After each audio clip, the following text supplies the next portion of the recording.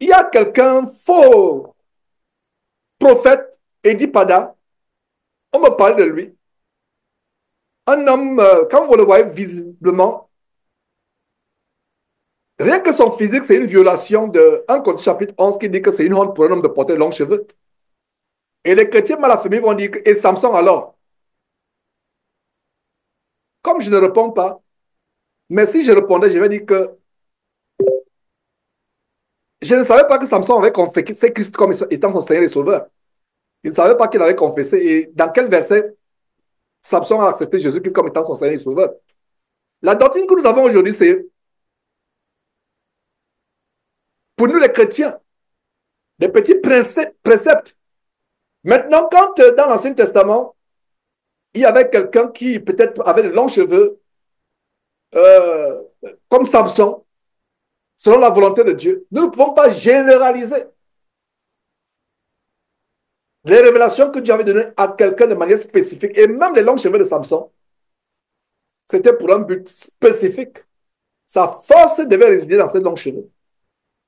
C'était de manière spécifique. Notre force aujourd'hui réside en quoi? Le Christ en nous. Donc, si quelqu'un, voilà une bonne réponse, mes frères et sœurs. Si vous enseignez, vous exhortez quelqu'un, mon frère, et la personne veut dire que Samson avait les longs cheveux, ben alors, dis à la personne que Samson avait les longs cheveux parce que sa force ne résidait pas dans le Christ en lui parce qu'il n'y avait pas encore Christ manifesté à l'épaule de Samson. Notre force, qui est des milliards et des milliards et des milliards de fois plus grande que celle de Samson, c'est le Christ en nous. Voilà notre puissance. Tu n'as plus besoin de longs cheveux. Donc, si tu laisses pousser les cheveux pour ressembler à Samson, toi-même, tu conclus que tu n'as pas Christ en toi. Parce que comprenez que les cheveux de Samson, c'était la marque de la force. Et quand les cheveux ont été coupés par Ruse, avec Dalila, ou Delilah, à Ruse de cette femme, sa force est partie. Quand les cheveux ont commencé à pousser, la force revenait au fur et à mesure que les cheveux poussaient. Des chrétiens des hommes chrétiens aujourd'hui, efféminisés, la plupart d'ailleurs sont les homosexuels, déguisés, efféminisés, qui laissent pousser les cheveux et veulent se cacher de l'histoire de Samson. Samson avait un rôle spécifique pour le peuple de Dieu et pour Dieu. Et Dieu avait voulu pour que Samson spécifiquement ait sa force dans ses cheveux. Cette chanson que nous chantons, je suis fort, fort, oui, plus que vainqueur, c'est par le nom de Christ que nous sommes forts, n'est-ce pas? Donc, que ces chrétiens qui justifient que les longs cheveux, c'est la force, qui commence à chanter, donc, je suis fort, fort, plus que vainqueur, par les longs cheveux sur ma tête. Qui continue à chanter, ce serait mieux, mais mieux pour eux qui chantent de cette manière. Les gens ne comprennent pas la parole de Dieu. Les gens aiment des raccourcis génériques. Oh, Samson.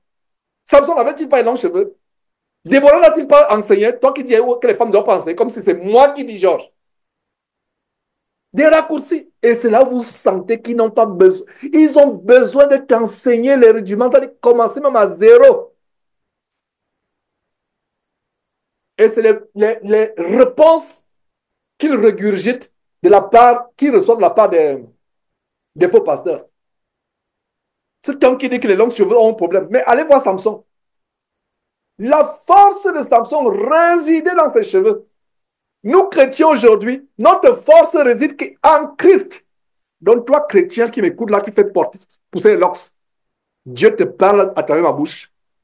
N'attends pas. Pendant que tu es en train de continuer à suivre cette émission, prends le ciseau, tu commences à couper en suivant cet enseignement, cette diffusion par Facebook actuellement. Coupe-toi les cheveux. Il n'est pas bon pour un homme d'avoir des longs cheveux. C'est une honte. Quand vous avez les longs cheveux, vous avez ouvert votre corps au démon d'homosexualité. La preuve en est que ces frères, soi-disant entre guillemets, qui ont les longs cheveux sur la tête, C'est les mêmes qui vont venir te dire, oh frère, je vois les hommes me poursuivre la nuit. Je vois les hommes vouloir faire des choses avec moi la nuit. Je regarde seulement les cheveux. Et vous imaginez la réponse qu'on va donner à ces gens-là. La porte est sur ta tête. Ferme ces portes sur ta tête, ils ne reviendront pas. Et si la personne se rase, c'est fini. Le diable sait. Toute une religion,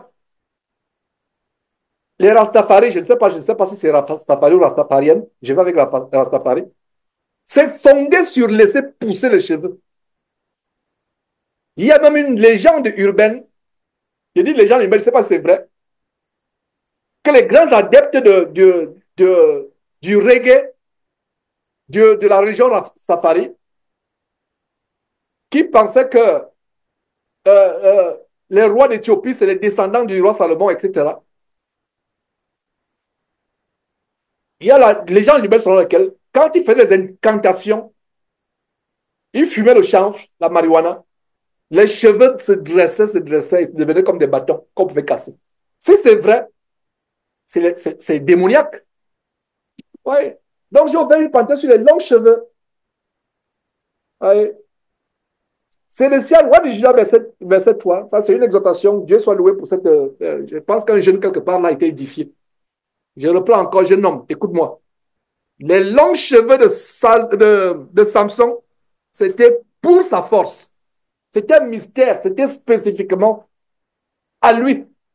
Tous les hommes n'étaient pas comme lui. Je n'imagine, n'imaginons pas tous les jeunes maintenant vouloir ressembler à Samson. Les contemporains de Samson étant plus jeunes que lui, qui voulaient l'imiter, en laissant pousser les cheveux. Est-ce qu'il va avoir la force, la même force de Samson? Non, pas du tout. C'est lui seul qui a pu terrasser les Philistins. Vous voyez, comprenez, vraiment, étudier la parole de Dieu, ça me fait mal. Et donc, nous avons dénoncé ce monsieur, Edi Pada. Je ne savais pas à quel point on le suivait. Il y a même quelqu'un qui reçoit les enseignements de Jésus-Christ TV qui dit que là, je te suis depuis des années, mais là, tu as tort par rapport à Edi Pada. Ça m'a affligé. Ça m'a affligé. Oh, tu me suis en vain. Quand tu as dit que je te suis, au lieu de venir suivre la parole de Dieu, tu me suis en vain. Ces enseignements que je donne, je ne fais que transmettre les enseignements que nous avons reçus de Christ et que les serviteurs comme Paul, Pierre et autres ont relayé. Je ne fais, c'est la même chose. Ce n'est pas moi qui ai dit que c'est une honte pour un homme d'avoir les longs cheveux.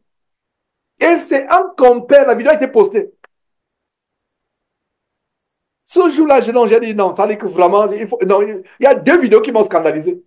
Je vous ai parlé de la première où un homme, soi-disant américain du côté de Miami en Floride, vient présenter la première dame à l'église. Et la première dame, c'est qui? C'est un jeune homme. Quand vous le voyez, vous voyez une légion de démons d'homosexualité en lui. Je ne pouvais ne pas parler de cela. Et autre chose, cet homme qui est dénoncé lui-même par notre faux prophète, Jean-Isidore Gauzet, le soi-disant super président, je ne sais pas, de la communauté évangélico, je ne sais pas quoi, protestante, des noms qui se donnent. Un faux pasteur qui vient dénoncer un autre faux pasteur. Alors là, c'est grave. Parce que si un collègue faux pasteur vient dénoncer son collègue, ça veut dire que c'est grave. Pourquoi? Les prophéties